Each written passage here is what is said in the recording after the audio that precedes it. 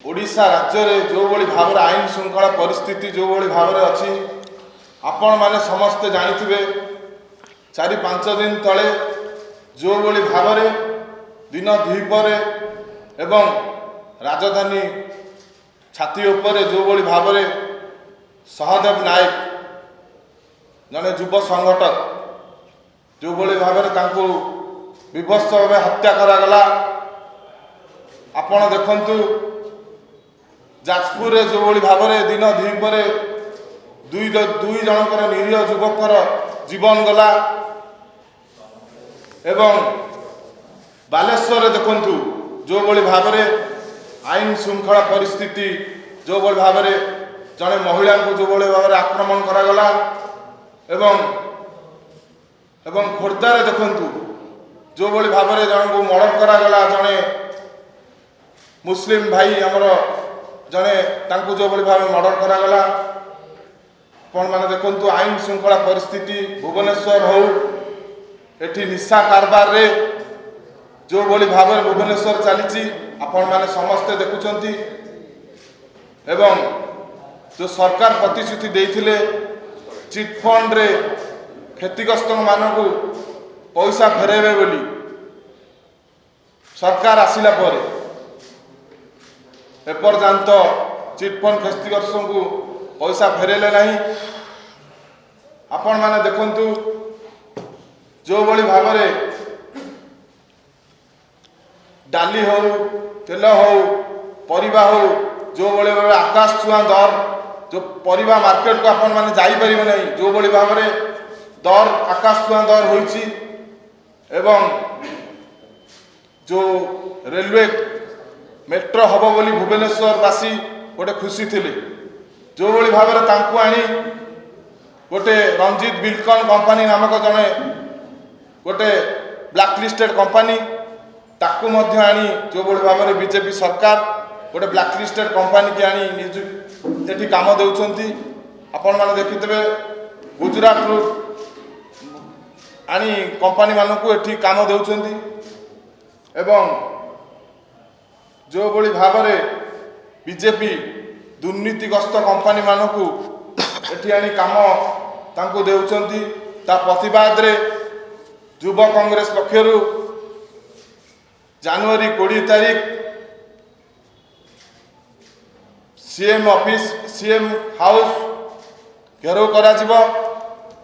एवं आमर अखिल भारतर युव कांग्रेस सभापति से उदय भानु चीफ महोदय आम ग्रहण में जोग देवे घेराव आम ग्रहण में उपस्थित अच्छा आम अखिल भारतर युव कांग्रेस प्रभारी से आपको उद्बोधन कारण युव कांग्रेस सबु कार्यक्रम को साधारण लोक पहुँच एवं कांग्रेस सब बेले समय दे मुख्यतः 25 वर्ष पर ओडिशार साधारण लोक बीजेपी किछि प्रतिश्रुति एवं अणाओडिया शासन विरोध में बीजेपी पर विश्वास कले सरकार को आसिले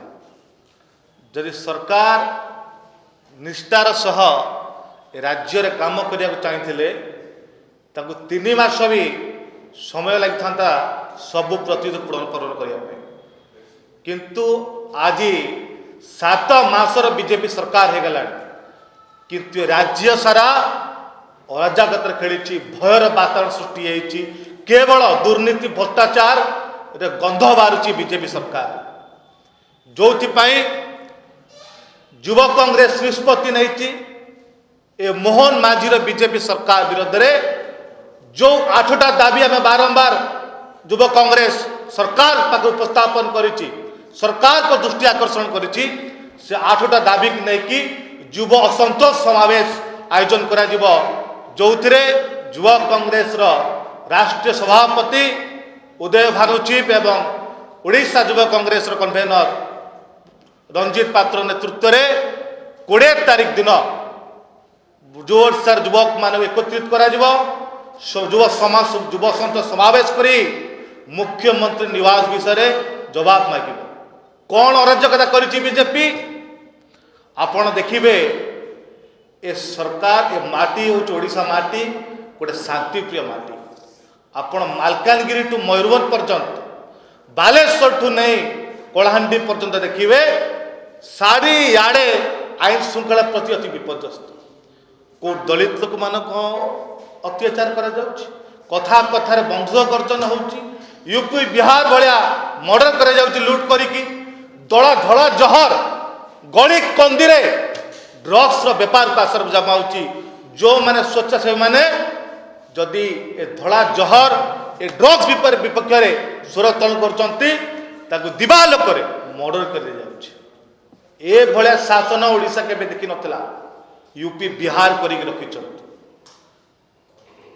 किए कराउची दड़ा जहर आपण वीडियो फुटेज देखिथिबे पुलिस रे एम्प्लॉय माने स्पेशल स्क्वाड एम्प्लॉय माने जाइकी धड़ा जहर फसिया पर चेष्टा कर सचेत माने जो अनुभव होची ए धड़ा जहर ड्रग्स पार गृह विभाग परिचालन करुची जोथि पे ओडिसा दिन दिन बढ़ी बढ़ी चली आपण खोर्धा हत्याकांड देखंतु जाजपुर डबल मर्डर घटना देखंतु आपण बालेश्वर दलित क्रिश्चियन लोक मान बांधिकी आक्रमण देखंतु राज्यपाल गवर्नर पुओ पूर्वोत्तर गवर्नर पुओ राष्ट्रपति ड्यूटी थिले वैकुंठ प्रधान एस को माड़ मारे मुख्यमंत्री मोहन माझी नीरव एटी स्वेच्छासेवी को हत्या कराउची मोहन माझी नीरव चारि आड़े आईन श्रृंखला प्रति विपर्यस्त से दायित्व किए अच्छा गृह विभाग दायित्व अच्छा मुख्यमंत्री मोहन माझी आपण देखिए ये संख्यालघु दलित आदिवासी पर दो बड़िया भाव बीजेपी सरकार आसला दिन को दिन अत्याचार हो अन्याय हो हत्याकांड घटी बाधिकी माड़ मार विचार गरीब फेरीवाला को बांग्लादेश कहीं माड़ मार जाऊँ संख्यालघु मान पर मुसलमान क्रिश्चियन माने चली असंभव हो गलानी ए राज्य में बीजेपी सरकार आसला बेले ए कि प्रकार शासन ए माटी केबे जाति धर्म विभेद हो नथला आज बीजेपी सरकार तक करने लगी आम दावी करुचु तुरंत स्वतंत्र नीति आणतु जो माने मुसलमान ख्रीस्टियान दलित आदिवासी पर आक्रमण कर अन्याय कर दृढ़ नीति आनी दृढ़ कार्यानुष्ठान नियंतु एवं सरकार को दायित्व हो सुरक्षा जो सुरक्षा दे पारना तुमको क्षतिपूर्ण दिंतु दृढ़ आईन आणतु जमी कहीं साहस जुटे पारे ना ये बीजेपी सरकार समय खणी खादान सब लुट हो मोहन माझी खणी खादान अंचल कही अण ओडिया संस्था मानक पूरे दिज्व ना सब ओडिया संस्था मानक ओडिया युवक मानक ये कम दिज्व किंतु आपण जिते खणी अंचल देखु प्लान देखु 3 जन अण ओडिया संस्था को छाड़देले 90% काम से अण ओडिया काम कर लॉजिस्टिक हो राजेश जयसवाल त्रिवेणी ग्रुप प्रभाकरण ग्रुप ए सब 90% काम खणी अंचल यही माने करेंगे किंतु आज बीजेपी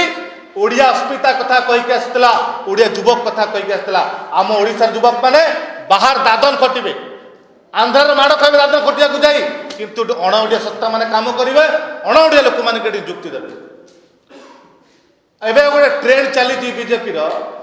ब्लैक लिस्टेड संस्था मानक आनिकी प्रोत्साहन जो माने गुजरात रे मध्य प्रदेश रे सरकार तांकु ब्लैक लिस्टेड घोषणा करेंगे तांकु ओडिशा गेला पुहरी मोहन माझी कोड़े बसौंट से किए रंजीत बिलकम भुवनेश्वर राजधानी मेट्रो प्रोजेक्ट हम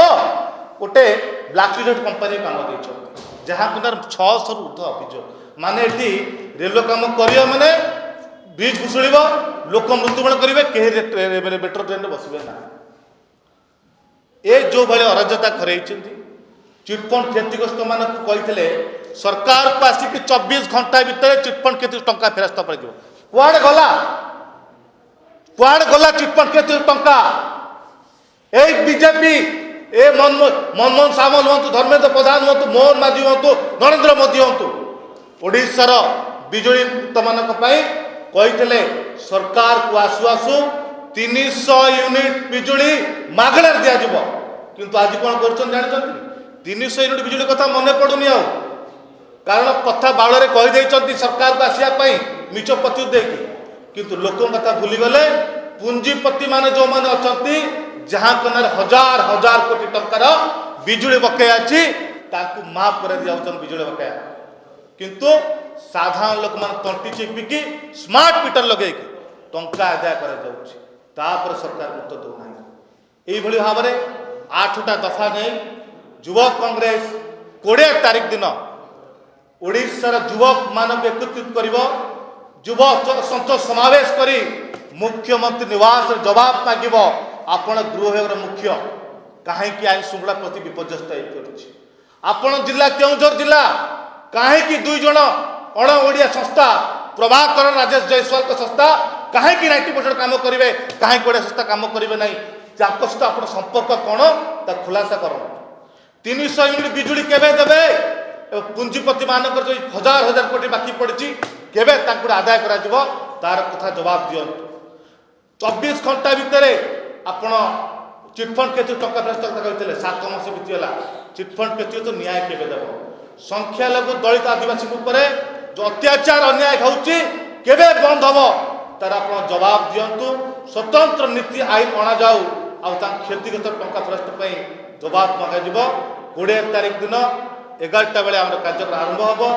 ସମସ୍ତ ଗଣମାଧ୍ୟମ ଭାଇମାନଙ୍କୁ, ଓଡ଼ିଶାର ଯୁବକମାନଙ୍କୁ ଗଣମାଧ୍ୟମ ମାଧ୍ୟମରେ ଅନୁରୋଧ କରିବି ସମସ୍ତେ ସାମିଲ ହୁଅନ୍ତୁ ଏବଂ ଓଡ଼ିଶାରେ ଯେଉଁଭଳି ଅସନ୍ତୋଷ ବଢ଼ିଛି, ଅରାଜକତା ବଢ଼ିଛି, ଓଡ଼ିଶା ମାଟି ପାଇଁ, ଓଡ଼ିଶାର ଯୁବକ ପାଇଁ ହକ୍ ମାଗିବା, ଓଡ଼ିଶାର ବିକାଶ ପଥରେ ଆଗକୁ ବଢ଼ିବା।